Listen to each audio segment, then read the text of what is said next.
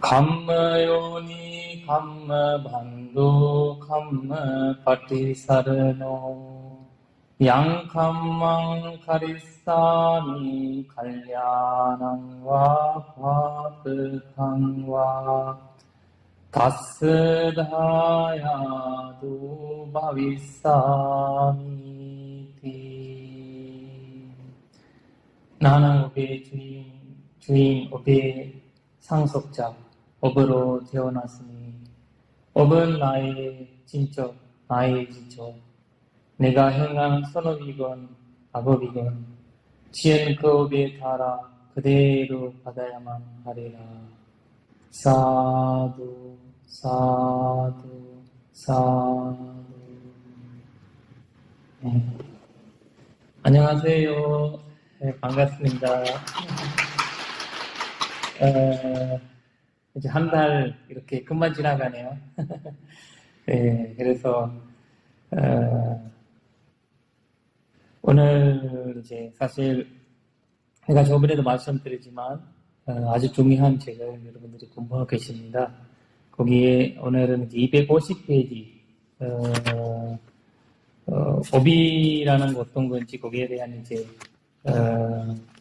말씀을 드리고자 합니다. 사실 이 내용이 굉장히 많고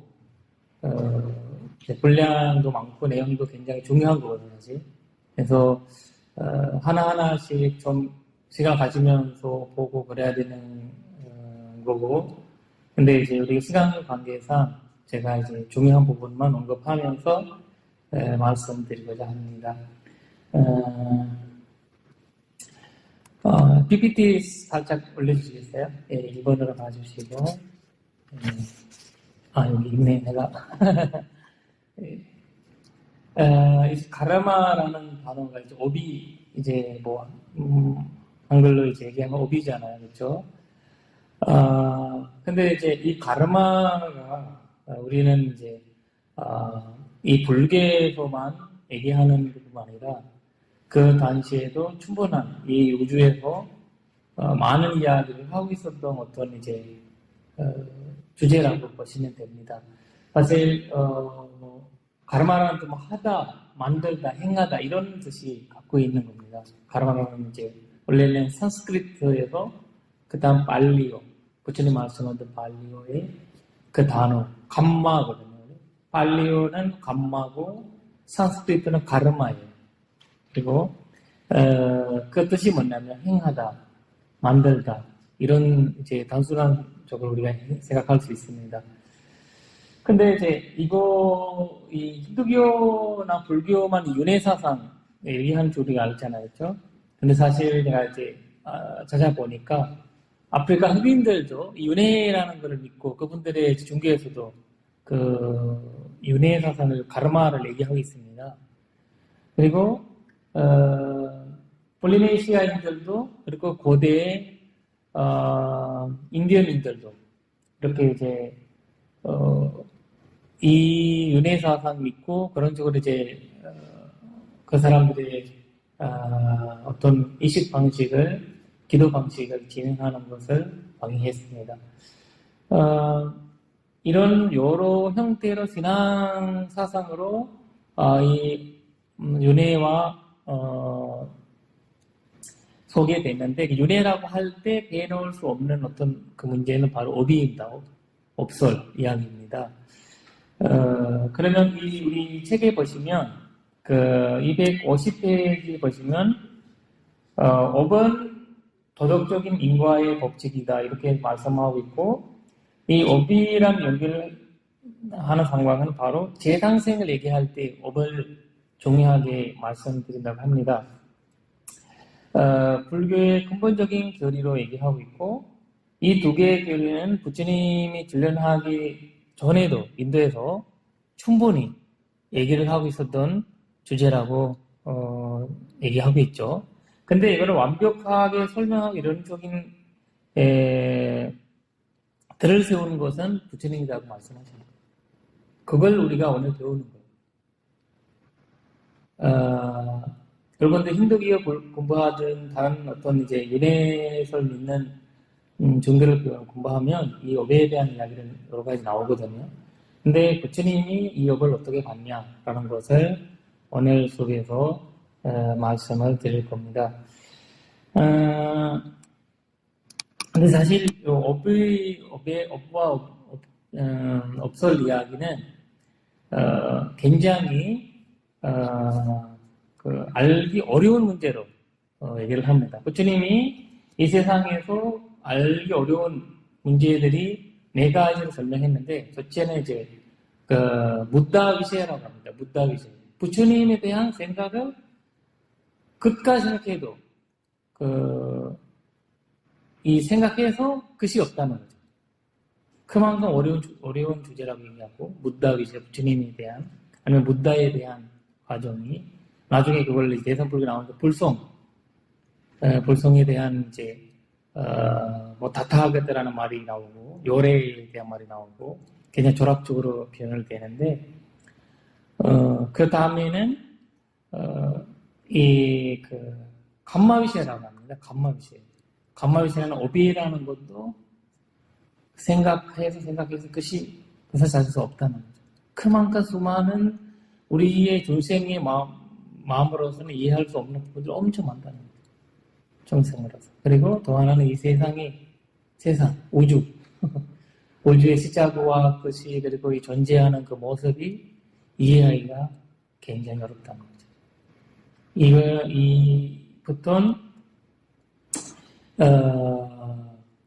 그리고 마지막에는 우리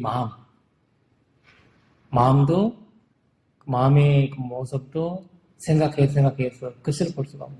왜냐면 우리는 한계가 돼 있다는 거죠, 우리 선생님들. 그래서 아라한이라든지 부처님이라든지 그런 존재가 이런 분명하게 우리는 직선만 보여요.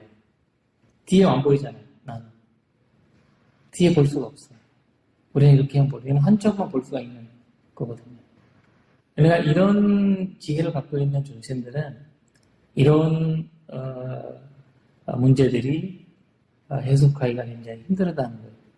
그래서 그러면 제가 이 업이라는 거 이제 몸에 우리는 이제 영어로 액션이라는 행위라는 것을 해석하는데 그 몸으로 우리가 행위를 하고 있고 이제 말로 행위하고 있고 그 다음에 마음으로 행위 세 가지로 행위한다는 거예요. 우리가. 그러면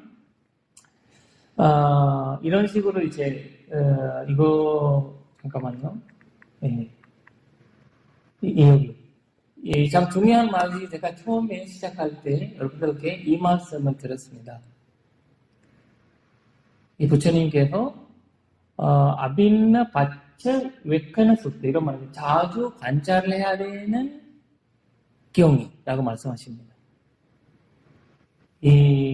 니카에서 나오는 말이거든요.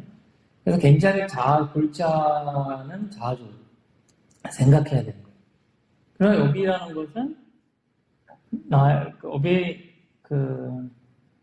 나는 업의 주인이가 된 거고, 그리고 상속자가 되고, 업으로 인해서 태어났고,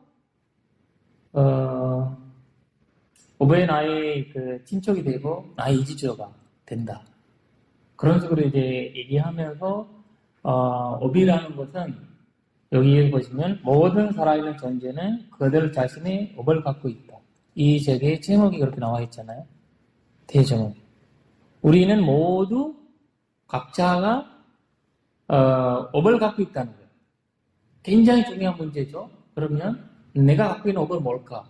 라는 생각이 그 다음에 이제 이분이 나오는 거예요. 오늘은 여러분들이 이 문제를 좀 신중하게 생각하는 시간을 보내시면 좋을 것 같은데 제가 이거를 이제, 4장에 보시면, 4장에서는 사실 현대 과학이라든지, 현대 학자들이, 이 업에 대한 어떤 논의라든지, 말씀이라든지 이런 걸 이제 여기 나와 있는데, 여기서 이제 유전자적인 이야기를 하고 있습니다. 우리는 엄마, 아빠한테, 유전이 이어받아서 우리 이렇게 살고 있다. 그렇게 이제 우리가 일반적으로 생각을 하고 있고, 어머님이 그래서 우리는 엄마가 병 받고 있으면 나도 병을 갖는다. 엄마가 건강하면 나도 건강하다. 이런 식으로 이제 얘기를 하고 있는 거죠. 근데 그거는 어떤 눈에 보이는 지금 이 하얀색이 우리 눈에 보이잖아요, 그렇죠? 흰색이 눈에 보이잖아요. 근데 눈에 보이는 거는 이런 식으로 얘기하기가 쉬워요. 근데 눈에 보이지 않는 부분들이 이런 식으로 얘기하기가 쉽지 않아요. 그래서 이제 이 불교 같은 중국의 힘을 필요하는 거예요. 이 현대 과학이든 현대 연구자한테 필요하는 거거든요. 그래서 이제 여기 252페이지 보시면 오늘 우리가 자주 읽어가면서 제가 이제 그 수업을 진행할 겁니다. 왜냐면 이 업에 대한 이야기가 여러분들이 조금 더 적극적으로 알아야 될 것 같아서 제가 이제 이 바스칼이라는 기수가 했었던 말이 우리가 한번 읽어보겠습니다. 252페이지 중간쯤에 유전의 문제에 관해서 이렇게 나와 있죠. 단락이. 한번 읽어볼까요? 네. 유전의 문제에 관해서 유전자의 역할을 살펴볼 때 오로지 물질적인 유전자 그 자체만을 개별적으로 해서 인간의 한 부분만 설명할 수 있을 뿐이다. 이렇게 얘기하죠. 유전의 유제적인 면에 밝은 빛을 비추지면 도덕적이고 시선적인 이런 식으로 얘기 쭉 나오고 매우 빈곤한 부모 밑에서 성인이 태어나는 것을 발견할 수 있다. 이렇게 나와 있고 그 다음에 중요한 말이 하나 나와 있습니다. 당신은 똑같은 산둥이를 만날지라도 모른다.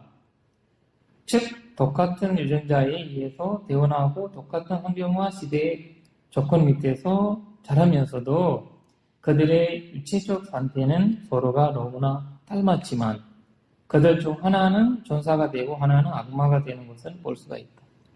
네, 이런 일이 있죠. 우리는 해석에서 현재가 같이 나오는데 근데 현재 같지 않고 굉장히 이제 이런 불교에서 이런 말이 나오는데 자꾸 이제 업이라든지 정생이야기 나오면서 이런 문제를 해결해 주는데 원래 엄마 아빠의 인연으로 자식이 들어온대요. 엄마 아빠의 인연.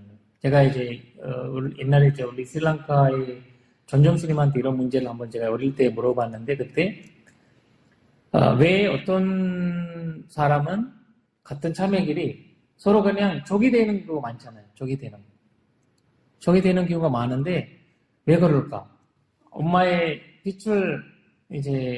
빛줄로 대원하는데 왜 그랬을까? 그러니까 스님한테 여쭤봤어요. 스님께서 이렇게 말씀하셨어요. 보통 자식들은 엄마 아빠의 인연으로 대원한다. 내 현재들은 나랑 아무 관계가 없대. 나랑 관계가 있어야만이 내 현재로 태어나는 건 아니래. 그러니까 부모님의 인연이 강하다는 거야. 그래서 엄마 아빠로 태어나는 그 인연을 위해서 엄마 아빠의 좋은 인연이라면 좋은 사람으로 태어날 거고 나쁜 인연이라면 이제 나쁜 사람으로 태어나는 거죠. 엄마 아빠를 괴롭히는 목적으로. 근데 나는 그 사람 아무 상관없으니까 나는 그 사람이란 호감이 안 가고 나는 그 사람이란 아예 그냥 아무것도 되지 않는 사이가 될 수 있다는 거죠. 다 모든 현재랑 그렇다는 거 아니고 그런 속으로도 태어날 수 있다는 거예요. 근데 이런 이제 형태로 이해할 수 있는 거는 바로 정신적인 이야기가 윤회 이야기를 하면서 해야 되는 거예요. 과학적으로는 해석이 안 되는 거예요. 장애인을 태어나잖아요. 요새는 주사가 굉장히 이제 검사 잘 하잖아요. 특히 대한민국 같은 경우는 검사 잘하고 장애인인지 아닌지 다 확인할 수 있잖아요. 근데 그럼에도 불구하고 태어나 보면 장애인이에요. 그럼 어떻게 해결해야 돼요? 바로 아무리 과학이 그렇게 되더라도 그런 형태가 불교에서는 이제 업설 이야기로 많이 다루고 있는데 제가 이제 여기에서 말씀드리고 싶은 거는 이런 유전적인 이야기나 이런 거 아니고 이 불교적인 이야기를 드리고 싶은데 거기에서 불평등의 원인 이제 253페이지 있잖아요. 253페이지 넘어서 254페이지 나올 내용을 한번 같이 읽어보려고 합니다. 거기에 제가 얘기를 그거 하기 전에 이런 식으로 우리가 결과를 얻는다는 거예요. 여기에 보시면 우리가 생각하는 감마의 시작이거든요. 아까 업이라는 건 행동이라고 얘기했죠. 행동. 우리가 하는 행동이 입이든 마음이든 몸으로든 하는 행동이 이렇게 이거를 이렇게 누르는데 결국 이렇게 와서 돌아서 본인한테 들어오는 거예요. 이 형태예요. 이거를 이런 여러 가지 말씀을 통해서 설명하는 거예요. 이 과정을. 그리고 이 과정을 일을 하는 거거든요. 그래서 넘어가서 제가 한번 이제 그 동영상 한번 보여주시겠습니까? 만약 어떤 사람이 살생을 기하고 몽둥이와 무기를 멀리하고 모든 살아있는 존재에 대해서 자비롭고 동주적이면 인간으로 태어났을 때 그는 불살생이 과보로 장수할 것이다. 만약 어떤 사람이 다른 생명들을 주먹이나 돌로 도는 막대기나 칼로 해치는 습관이 있으시면 그의 해치는 과보로 인해서 인간으로 태어났을 때 여러 가지 병으로 고생한다.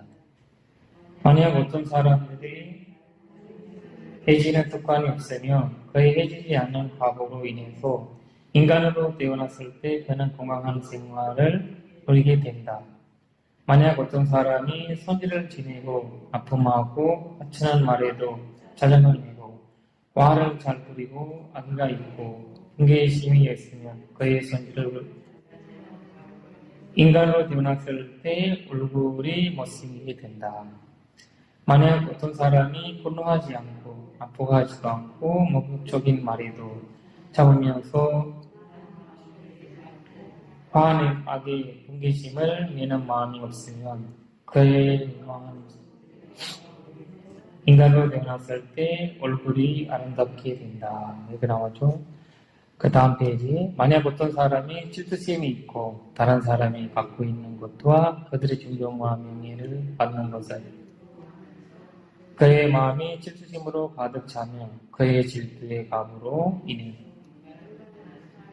사회적 지위를 얻을 수 없게 된다. 만약 어떤 사람이 질투심이 없고 다른 사람이 얻은 것과 부러워하지 않으면 그의 질투심이 없는 값으로 인해서 인간으로 태어났을 때 사회적 지위를 얻게 된다. 만약 어떤 사람이 자선을 조금도 하지 않으면 그의 감력의 값으로 인해서 인간으로 태어났을 때 가난하게 된다. 만약 어떤 사람이 자선하는 마음이 있으면 그의 자비로움의 값으로 태어났을 때 부유하게 된다. 만약 어떤 사람이 고집이 세고 거만하고 청결만한 사람인데 그의 거만함과 불공선의 값으로 인간으로 태어났을 때 만약 어떤 사람이 고집이 세지 않고 거만하지 그의 공손함과 존경심의 값으로 인간으로 태어났을 때 추원 가문에서 태어난다. 만약 어떤 사람이 학문을 배우고 무엇이 옳고 나쁘며 무엇을 요만해야 하고 무엇이 자신의 인격으로 이끌로 자신을 열망으로 이끄는 것에 대해서 묻지 않으며 그에 강구하지 않은 태도의 과물로 인해서 인간으로 태어났을 때 어리석은 자가 된다. 마지막으로 만약 어떤 사람이 학문을 배우고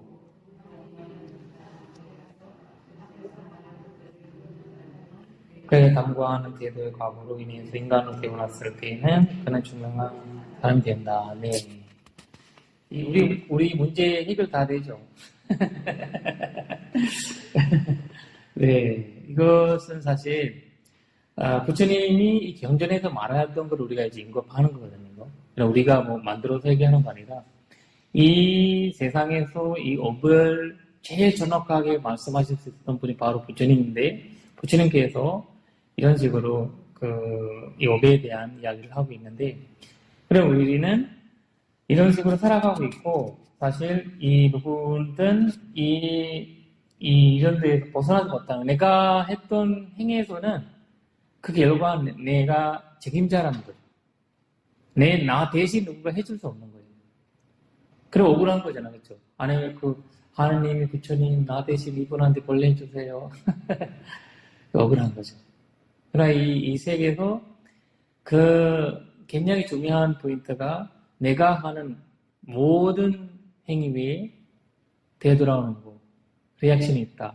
그렇죠. 내가 누구한테 이제 욕하면 그 사람 나한테 칭찬할 거예요? 부처님 같은 분이 칭찬하겠죠. 바로 주먹이 날라오든 아니면 악한 말 날라오든 그랬어.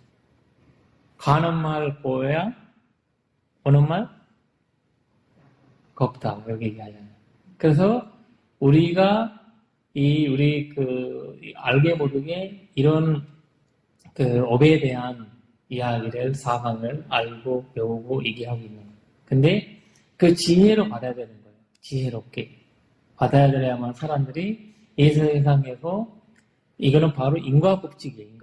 인과법칙이고 연기법으로 연결되어 있는 거예요. 그래서 그러면 이 업이라는 것을 이렇게 얘기하니까 뭔가 절대적인 문제로 이제 받아들이게 되잖아요. 그렇죠? 절대적인 하나님처럼 뭔가의 존재로 받아들이게 되는데 그렇지 않아요. 불교에서는 이걸 계속 바뀌어간다는 거예요. 내가 지금 하는 행동이 나의 미래를 만드는 거잖아요. 여러분들이 이 수업을 안 들으면 업에 대한 생각을 할 기회가 없는 거죠. 여러분들이 지금 이 수업을 듣고 있으니까 업이라는 거 어떤 건지 이런 결과를 여러분들이 알 수 있는 거예요. 그러면 내가 이 행동을 하기 때문에 이 미래에 그 결과가 나오고 내가 하는 결과가 좋든 나쁘든 행동이 좋든 나쁘든 그 결과가 나온다는 거예요. 그래서 불교에서는 공덕과 나는 선행과 악행이라는 말을 그렇게 쓰는 거예요. 우리가 이제 계속해서 그 다음에 이제 말씀드리겠지만 여기서 제가 말씀드리고 싶은 모든 것이 업 때문에 생기는 거 아니라는 거예요. 그것은 258페이지 보시면 그 내용이 나와 있거든요. 왜냐면 5가지 법칙으로 이 세상에 들어가는 거예요. 5가지 법칙이. 이걸 한번 자세히 봐야 되거든요.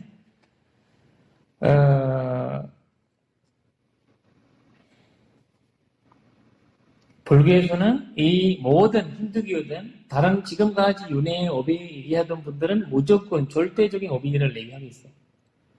업에서 벗어날 수가 없어. 업은 아까 내가 말했던 개선에서 업에서 벗어날 수 없다고 부처님 얘기하시잖아요. 그러나라는 말이 불교에 있어요. 그러나. 근데 그 찬스가 다른 윤회를 얘기하는, 다른 업을 얘기하는 중에는 없어요. 그러니까 소호로 태어나서 무조건 소호예요. 그 이상 방법이 없어. 그리고 내가 가난하게 태어났으면 절대로 가난하게 그렇게 거기서 벗어나지 못한다. 이런 식으로 이제 얘기 나오는 거죠. 그리고 인도의 카스트 제도가 오늘날 다 존재하는 거예요. 그 받아들인 그렇게 돼 있어. 그래서 여기에서 내가 259페이지 보시면 불교에 의하면 물리적 정신적인 영역에서 적용하는 것에는 5가지 법칙이 또는 질서가 있다고 얘기합니다. 거기에서 첫 번째는 계절이 법칙. 계절이라는 거 있죠. 우리가 이 우주를 생기면서 봄이 있고 여름이 있고 가을 있고 겨울 있고 이러잖아요. 그렇죠? 나라마다 다르고 어떤 뭐 열대 집안이 있고 추운 집안이 있고 거의 영하 60도 올라가는 데 있고 그 영상이 50도 60도 올라가는 거 있잖아요. 그렇죠? 전 세계 우리가 사는 우주에 이런 이제 계절의 어떤 그런 상황을 그런 법칙으로서도 이 세상이 돌아간다는 거예요. 그런 시스템으로. 그리고 지금 가을이 오는 거 어비예요? 우리가 뭔가 지금 겨울이 나오잖아요. 겨울이 나오는 거 어비 아니에요. 이 법칙이 이런 것을 우리가 이해해야 되는 거죠. 그리고 지금 있으면 이제 여름이 나오잖아요. 또 여름이 나오면 사람들은 어비라고 생각할 수 있잖아요. 그렇죠? 그런 거 아닌 거예요. 좋은 집안의 사람들은 더운 집안 사람 보면 이 더운데 어떻게 살아요? 이게 업이 아니에요. 이렇게 생각할 수 있다. 근데 더운 집안 사람들은 추운 집안에 좀 추운데 여기서 어떻게 살지 이렇게 이제 얘기를 할 수 있다는 거죠. 근데 이거는 자연의 법칙이에요. 그리고 또 하나는 전자의 법칙. 이거는 미자니암이라고 하고 아까는 일두니암. 이거는 미자니암. 왜냐면 우리는 뭔가 심잖아요. 그렇죠? 우리가 이제 산을 뭔가 이제 뭔가 요새 가을 봄 정도 되면 논사를 하잖아요. 논사하면 토마토도 하고 참외도 하고 수박도 하고 여러 가지 다 심잖아요. 근데 수박을 심었는데 참외가 나와요? 아니죠. 그럴 수가 없는 거예요. 수박을 심는데 참외가 나올 수가 없는 거죠. 그러나 어떤 그런 법적인 그 자체에서 나는 그런 형태가 있는 거예요. 그리고 이 두 가지는 한 살 이전에 살아요. 그 계절의 법칙과 정자의 법칙 같이 서로 영향을 줘요. 한겨울에 우리가 지금은 아무리 풀려도 안 되잖아요. 수박도 안 되고 아무것도 안 되고 그쵸? 겨울 동안에는 마늘만 되나? 그다음 비닐하우스에서는 되지만, 그치? 비닐하우스에는 되지만 잘 거기에서는 안 된다는 거죠. 그러니까 이런 이제 법칙으로도 세상이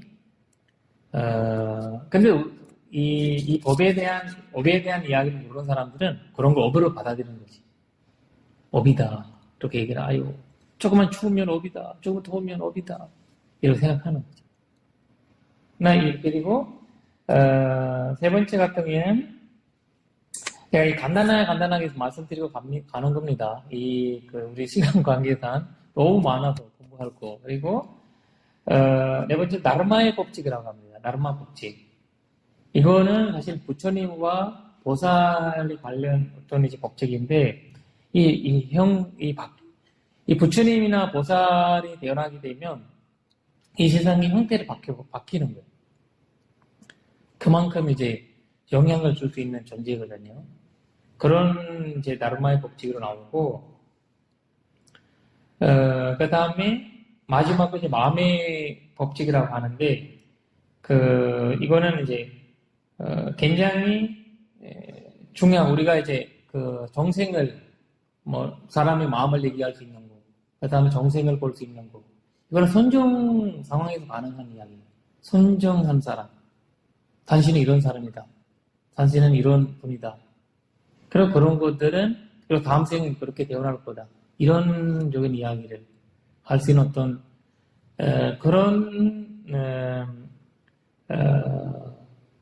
집단이야마라고 하거든요. 그래서 그 법칙은, 선직자만 할 수가 있는 거예요. 저는 선직자. 그리고 또 하나는, 제가 하나 넘어왔는데, 업의 법칙. 업의 법칙은 우리가 지금 얘기하고 있는 거. 내가 했던 행동의 결과를 받아들이는 거. 그래서 나는 이 5가지 속에서 살아가는 거예요, 세상에. 나라는 존재. 5가지 영향을 받는 거예요. 그래서 우리는, 이 다섯 가지를 정확히 아무리 이해해도 이 풀이하기가 쉽지 않은 거예요. 그 선정을 얻지 않고 비파사나 지혜를 얻지 않는 사람은 이거 쉽지 않는 거예요. 해석하기가, 이해하기가. 그만큼 깊은, 그래서 부처님이 그 제일 이해하기 어려운 주제 중에 하나가 이 업에 대한 이야기를 하신 거예요. 그래서 이제 결국 불교에 이제 아라한이 되면서 모든 업을 제거하는 그런 상황이 되어버리는 거예요.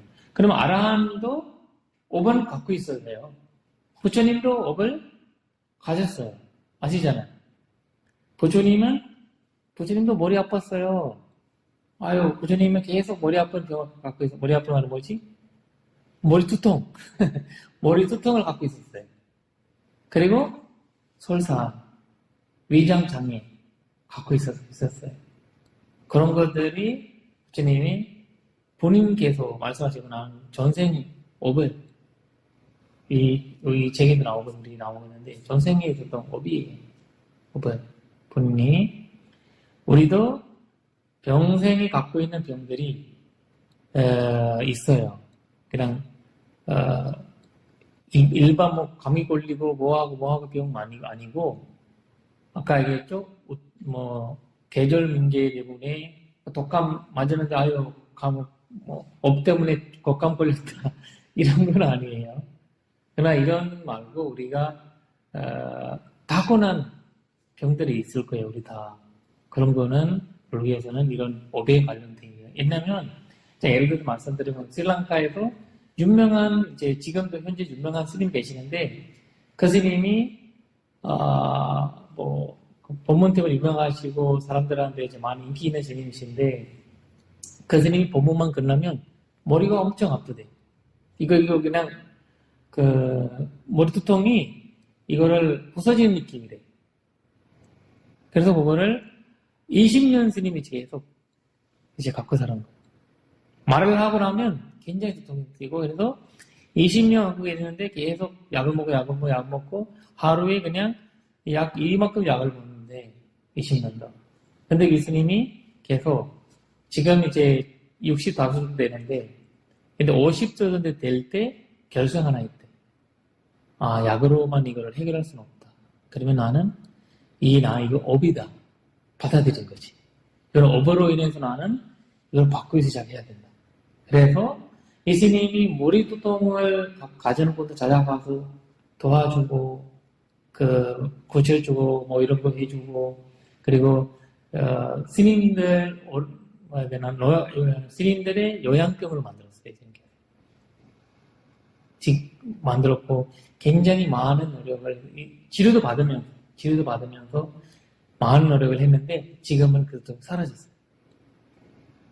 참 신기하죠? 우리가 이런 과학적으로 해석할 수 있어요. 약 먹기 때문에 20년 약 먹었는데 나지 않았어. 그러면 약을 안 먹은 것도 아니었어요. 계속 약을 또 먹었어요. 치료도 받았어요. 받으면서 이거 한 거예요. 우리는 그러면 나는 이거를 병에 있는데 나는 그거 안 하고 그냥 이거만 한다. 이런 이야기 아니에요, 불교는. 치료를 충분히 받으면서 여러분들 그런 병이라든지 뭔가 있으시면 분명히 업인지 한번 해봐야 되죠. 점검해봐야 되고, 해보고, 혹시나 그러면 이 과거에 벗어날 수 있는 생각을 해야 되는 거예요. 지금 이제 내가 이주노동자 관련 일을 내가 많이 하고 있으니까 거의 90% 문제는 병 문제가 엄청 많이 와요. 연락이. 병원 가야 되는 문제, 얘는 해석이 안 되잖아요. 소통이 안 되니까. 한국어 이제 통역이 안 돼 있으니까. 이사님이랑 이제 얘기해야 될 대화가 안 되잖아요. 일반 대화로서는 안 되잖아요. 그래서 연락이 많이 와요. 이런 거, 20대 중반, 후반, 30대 초반 이런 건데, 보니까 이런 어떤 타고난 병들이, 신기한 병들이 나와요. 신기한 병들. 어떤 사람은 얼마 전에 연락이 나오는데, 그 사람이 10년 동안 이제 약을 먹고 있어요. 어떤 약은 그 사람 몸이 한 달에 한 번씩 부어요. 어떻게 본다면, 지금 이만 몸이라면 내가 두 개를 이제, 투어해버리는 거지.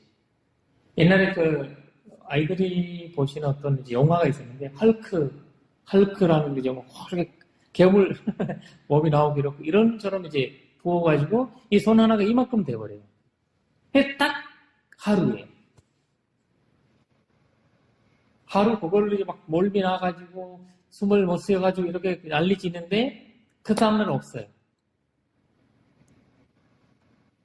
그리고 대한민국인은 다 병원 다녔어요. 없어요.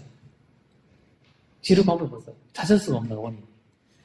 걔네가 그거를 이 병원에 나오는 결과는 10만 명에 한 명 걸리는 병이래. 10만 명 한 명 정도? 그러니까 이거를 원인을 찾기가 힘든 거예요. 그리고 그 신기한 거는 그것이 아들한테만 넘어가는 거예요. 자기 아빠한테 나온 건데 자기 가족의 형들 둘이랑 누나 둘인데 남자들 아들만 갖고 있어요. 그리고 지금 자기 아이들 3명 있는데 아들 하면 아들도 그거 갖고 있대. 결국 그 병으로 죽는데. 왜 죽느냐? 숨을 못 쓰게 돼서 죽는데. 이거 부어버리잖아요. 이게 안에서는 작아지고. 숨을 못 쉬어서 죽는데. 그래서 얼마 전에 자기 형 죽었어요. 그래서 계속 지금 자기가 본인이 가족에서 남자들은 지금 본인만 남아있고. 이런 것을 해석이 안 되는 거예요. 근데 이거는 바로 불교적으로 해석하면 바로 업보예요, 업보. 그러니까 이런 이제 방법을 우리적으로 보면 어떤 이제 받아들이고 그걸 이제 극복할 수 있는 어떤 좋은 업들을 우리가 지어야 된다는 것이 우리가 오늘 공부하는 업의 업적인 이야기에서 여러분들한테 들을 수 있는 말씀이거든요. 그리고 여기 262페이지 업이란 무엇인가 이렇게 이제 나오는 것을 한번 내가 보겠습니다. 거기에서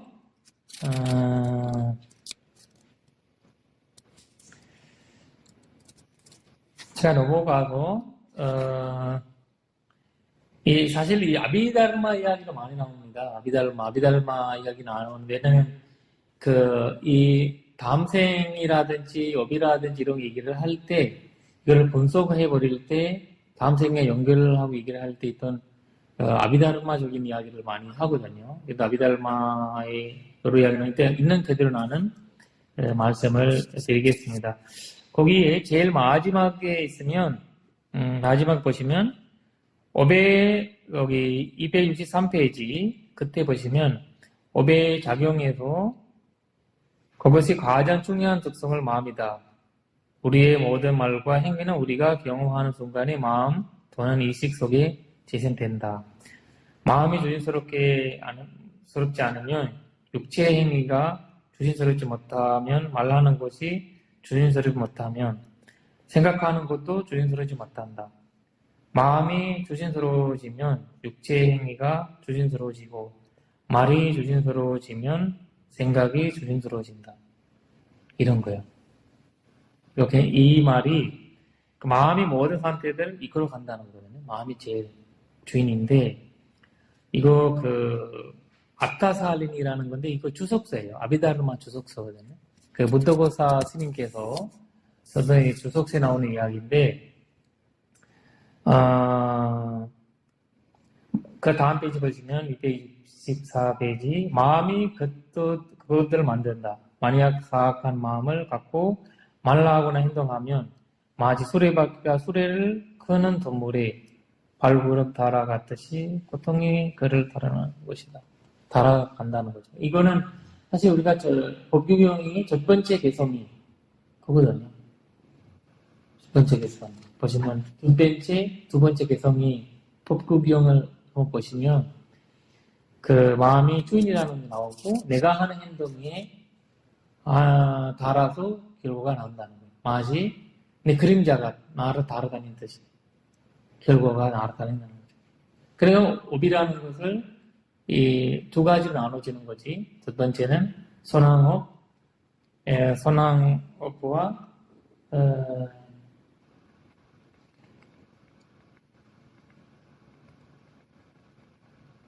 예, 선한 마음으로 하는 거는 제 선왕업이고 악한 마음으로 하는 거는 악한 업인데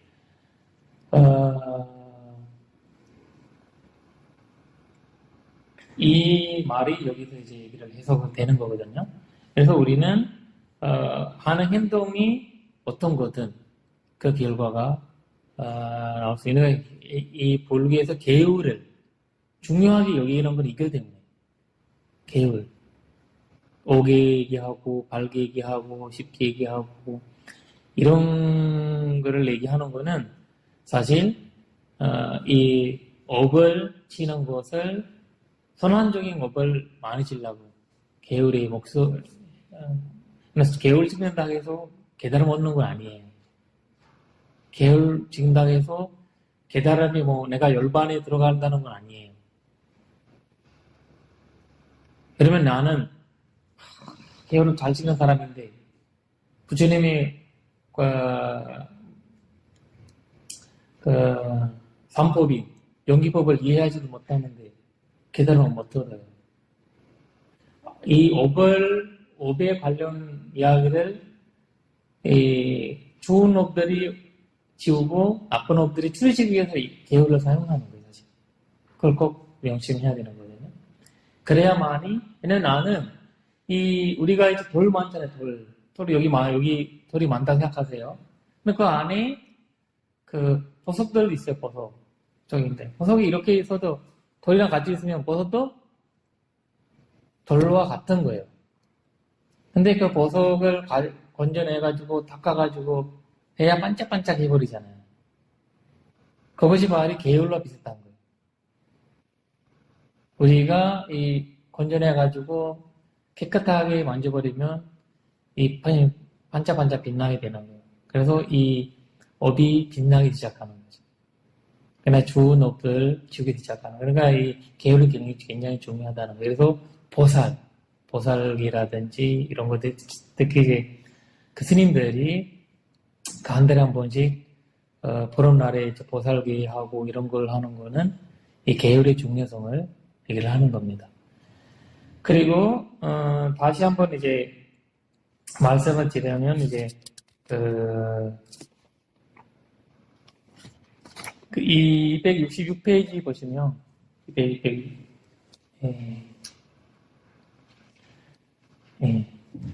불인대로 거둔다는 거죠. 거기 보시면 중간에 상유트니카에 나오는 말이 있습니다. 중간에 찾으셨나요? 네, 거기 보시면 불려진 지하에 의해서 열매를 거두어 드린다. 선한 일을 한 자는 선한 것도 거두어 드리고 악한 일을 한 자는 악한 것을 거두어 드린다. 씨앗을 부린 대로 잘 자른다. 그대는 자신이 부린 것으로부터 그 열매를 거둘 것이다.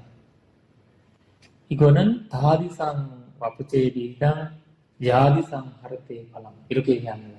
부처님께서 어떤 존자를 어떤 씨를 내가 부리면 그 씨를 그대로 거둔다. 왜냐하면 논사를 질 때 우리가 어떤 병 논사하든지 아니면 그냥 야채 논사하든지 그거에 따라서 내가 기회가 없는 거거든요. 병 논사 해가지고 토마토 그런 거를 못 먹고요. 감자 이런 거 못 먹거든요. 그러나 이밖에 마찬가지로 얘기하는 거죠. 나는 그래서 내가 지금 겪고 있는 삶에는 내가 만족해야 되는 거야. 왜? 내가 만족하지 않으면 어떻게 해야 돼요? 내가 갖고 있는 삶을 만족하지 않으면 어떻게 해야 돼요? 씨를 뿌려야죠, 씨를. 제가 원하는 삶의 씨를 뿌려야 되는 거지. 그것이 미래에 제 결과를 거둔다는 거예요. 그래서 불교에 그거 올리고 그래서 지금 내가 그걸 지금 누리고 있는 모든 것들이 내가 행동의 결과라는 것이 불교 입장이죠. 그래서 그런 것을 다시 한번 말씀을 드리고 싶습니다. 그리고 업의 원인과 업의 행위자를 말하면서 제가 이제 쉬는 시간을 가지겠습니다. 다시 제가 2부 강의에서도 이 앞에 강의 있는 내용들이 잠시 반복을 하겠습니다. 일단 업의 원인이 같은 경우는 우리가 이제 사실 여기 사물을 있는 그대로 알지 못하는 무지가 업의 중요한 원인이가 된다는 거죠. 우리가 이제 알아채리지 못하는 거 있잖아요. 알아채리지 못하기 때문에 우리는 계속 업을 지는 거예요. 예를 들면 사자라든지 동물로 태어난 분들이 있잖아요. 그대들은 어떻게 살아요? 계속 잡아먹고 살아요. 업을 계속 찢는 거예요. 그래서 여기서 못 벗어나는 거예요. 그래서 이제 부처님께서 제일 육회 중에서 지역도 마찬가지지만 동물이 우리가 이제 그냥 약간 밑에 보니까 강아지 고양이 사료집 있더라. 그때 우리 한자선을 잠불선 나오면서 보니까 이 생각나요. 약간 우리 생각에 불쌍하지만 우리가 불교적으로 해석하면 불교에서 얘기하는 대로 얘기하면 이 언젠가는 사람이 되었던 존재들이에요. 언젠가는 또 사람이 될 존재예요. 우리도 언젠가는 고양이가 되고 강아지가 될 수 있는 거죠. 이거 불교의 얘기를 하는 거거든요. 불교에서. 그래서 참 믿기 어렵고 이해하기 어렵겠지만 인과응보로 해서 그리고 이제 업설로 얘기해서 보면 이해하게 시작되거든요. 그래서 우리는 지금 나쁜 행동을 하고 있는 사람들 있잖아요. 지금 우리가 이 공부하는 상황에서도 많은 사람들 죽이고 있고 많은 사람들 죽이기 위해서 여러 연구를 하고 있고 많은 사람들의 돈을 빼기 위해서 해킹하고 있고 뭔가 만들고 있고 여러 지금 이 순간 하고 있잖아요. 그 사람들은 계속 하고 업을 찍고 하는 거예요. 그러나 이것이 무지라고 얘기를 하는 거예요. 알아채지 못하는 거예요. 그러니까 화내는 사람은 계속 화를 내는 거예요. 알아채지 못하니까. 화를 내는 거예요. 화라는 것을 그래서 불교에서 얘기하는 거는 이런 것을 알아차리고 놔버리고 알아차리고 놔버리는 거예요. 알아차리고 놔버리는 거예요.